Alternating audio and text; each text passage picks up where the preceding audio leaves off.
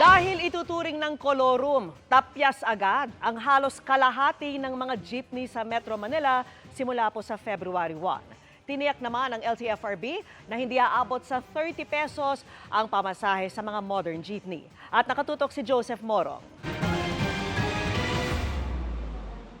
Sa pinakahuling datos ng Land Transportation, Franchising and Regulatory Board o LTFRB, sa tinatayang 42,000 na mga unit ng jeepney sa Metro Manila, 51% ang umabot sa deadline ng consolidation noong December 31.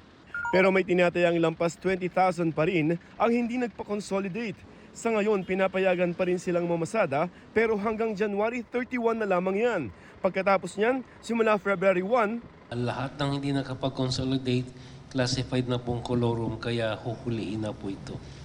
pero may huling pagkakataon na ibinibigay ang LTFRB sa mga unconsolidated pa rin na mga individual na mga operator ng mga jeepney. Yan ay ang pagsali nyo sa mga buo na mga korporasyon o kooperatiba hanggang January 31 para iwas huli. Kahit kaninong korporasyon o kooperatiba raw sila pwedeng sumali kahit sa hindi sa kanilang nakasanayang ruta. May mga existing cooperatives, pwede nilang salihan yon.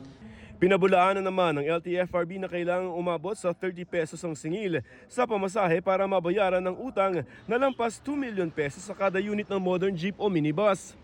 Ayon sa Office of Transportation Cooperatives, dadaan naman sa mga pagdinig ang mga pagtataas ng pamasahe. May ilan din daw kooperatiba na kasalukuyan ay kumikita ng 8,000 pesos kada unit araw-araw na sapat na para bayaran ng utang sa bangko.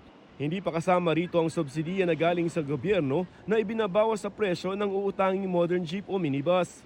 Times 30 days, so nag-earn siya ng 240,000 for that unit.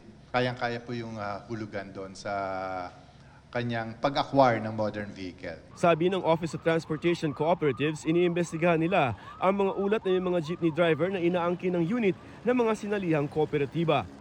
Para sa GMA Integrated News, Joseph Morong, nakatutok 24 oras.